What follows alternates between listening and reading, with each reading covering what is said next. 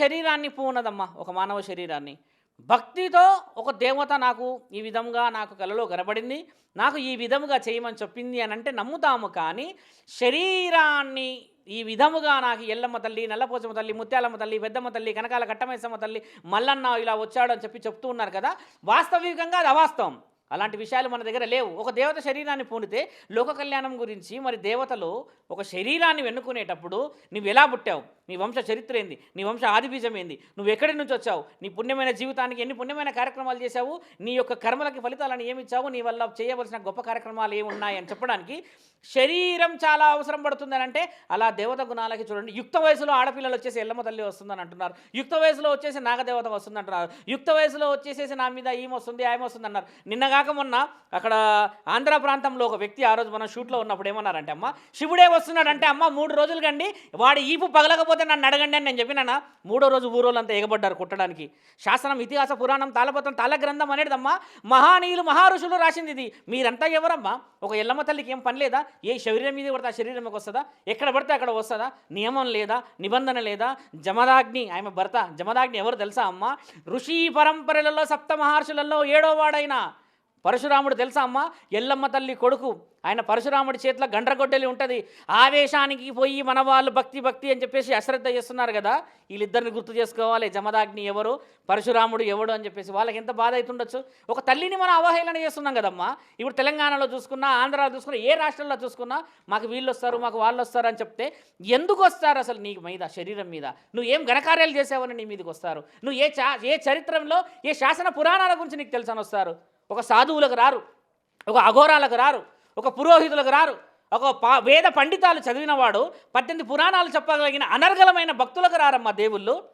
నీ జన్మ అవసరం లేదా? నువ్వు 10th క్లాస్ ఫెయిల్ అవుతావో, ఇంటర్ ఫెయిల్ అవుతావో, నీది ఏది ఉంటుందో తెలియదు. కానీ ఒక దేవత శరీరం మీదకి వచ్చేస్తుందా? అక్కడ వేదాలు పండితులు చదువుకొని అక్కడ మొత్తుకుంటున్నారమ్మా. 24 గంటలు అనర్గళంగా మంత్రాలు చదవగలరు వాళ్ళు. అలాంటి వాళ్ళ మీదకి దేవుడు ఎందుకు వస్తలేడు తల్లి? అలాంటి వాళ్ళ మీకు రాకూడదు. ఆ దేవుడు ఎవరి మీదకి రావాలి? దేవుడు ఎక్కడైతే విలువ ఉంటుందో, ఎక్కడైతే గౌరవం ఉంటుందో అక్కడ దేవుడు వస్తాడు కదా. నీ శరీరం ఏంది, నువ్వేంది, నీ పుట్టుకేంది, నీ తారం ఏంది, నీ తారత్వం ఏంది, నీ వంశం ఏంది, నీ అభివృద్ధి ఏంది, నీ జన్మం ఏంది అని చెప్పేసి ఇవన్నీ వదిలిపెట్టేసేసి ఒక దేవత అవలీలక శరీరం మీదకి వచ్చేస్తుంది అంటారమ్మా. అలా వచ్చినప్పుడు శాస్త్రంలో ఏముండేనంటమ్మా, పూర్వము ఒక దేవత శరీరం మీదకి వస్తే ఒకటి వేడివేడి సలాకు ఇట్లా నిప్పుల్లో పెట్టేసి అరికాళ్ళకు పెట్టేవాళ్ళంట. అలా పెట్టినప్పుడు ఆవిడ అది పెట్టినప్పుడు ఆమె కూడా ఆశీర్వాదం ఇచ్చి బలంగా, ధర్మంగా, శాంతియుతంగా కూర్చుంటే ఓహో అమ్మవారు పూనారా అని అనుకునేవాళ్ళు. ఇప్పుడు అలాంటిది మొదలు పెట్టాలి. అలాంటిది పెడితే అప్పుడు అర్థమైతే దేవత ఏడికి పూనింది, ఎక్కడి నుంచి ఎక్కడ వచ్చిందో. అలా చేసేవాళ్ళు. నా దగ్గర రుజువులు ఉన్నాయి. నేను మొన్న ఛానల్లో కూడా చెప్పా. దేవత వస్తుందంటే కర్నూల్లో ఒక స్త్రీకి చేతిలో నిప్పులేశారు. నిప్పులు వేయగానే ఆవిడ నిప్పులు పడేసేసి బయటకు ఉరికిందంట. ఉరికిన తర్వాత ఏందమ్మా ఏం జరిగింది, ఏం సంగతి అని అడిగితే బాధపడి చెప్తే చేతి ఓపెన్ చేసి చూస్తే చేతులు అన్ని బొగ్గులు ఉన్నాయమ్మా. ఎన్ని బొగ్గులు ఉన్నాయి. అలాంటివి చేయట్లేదు మనం ఇక్కడ. దేవత రాగానే ఇంకా తానా అంటే తందానా అనుకుంటే మనం ఎదురులాడుతున్నాము. ఇంకా వాళ్ళకి హద్దు పద్దు ఏది ఉండదు. అడిగే వాళ్ళు కూడా ఛానల్ వాళ్ళు ఎలా అడుగుతారో అర్థం కాదు. నీకు దేవత వస్తుంది కదా, నీకు ఏమొస్తున్నది, నా భవిష్యత్తు చెప్పు అని చెప్పేస్తే సిగం అనేది ఎందుకు ఊగుతారు తెలుసా అమ్మ? అసలు వీళ్ళకి సిగం అనేది లేదు ఇక్కడ. సిగానికి పూర్తి పేరు ఏం తెలుసా అమ్మ? సిగ కట్టకపోవడము అంతే. దాని పేరు సిగం అంటే ఊగడం కాదు. సిగ కట్టకుండా ధర్మ కార్యక్రమాలను చేయకుండా కొంతమంది ఉన్నారు. మొన్న చూసాము, ఆ అమ్మ ఎవరో నాకు తెలియదు, అలా చేస్తారు.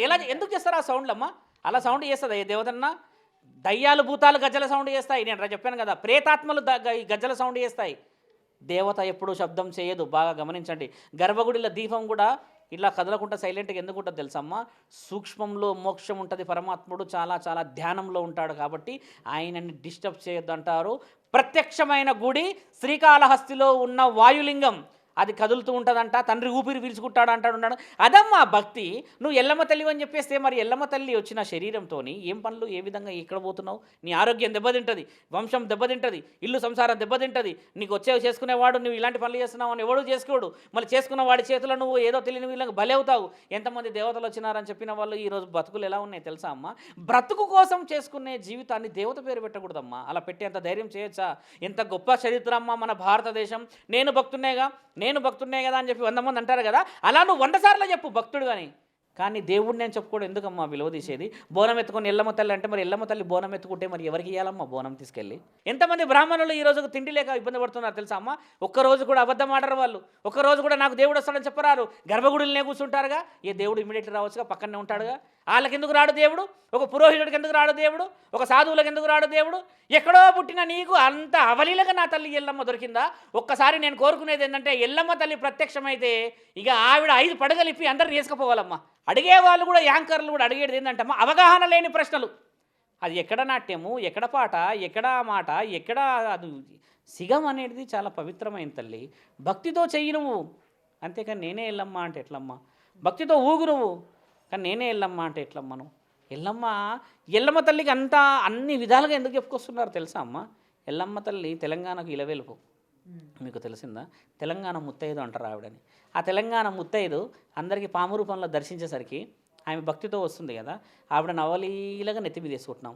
ఎంతమందికి ఇది ఆ ఇంటి కులదైవం ఇలవెలుపులని తెలుసు? కులదైవం ఇలవెలుపుల వరకు తెలియదమ్మా. ఈడ ఆ అత్తలకే తెలియదు, నిన్ను గన్న నీ తల్లికే తెలియదు నీ కులదైవం ఎవరో, నీ ఇలవెలుపులు ఎవరో. అంత సులభంగా ఎల్లమ్మ తల్లి వచ్చేస్తుందా? ఎల్లమ్మ తల్లికి ఏం పని లేదా?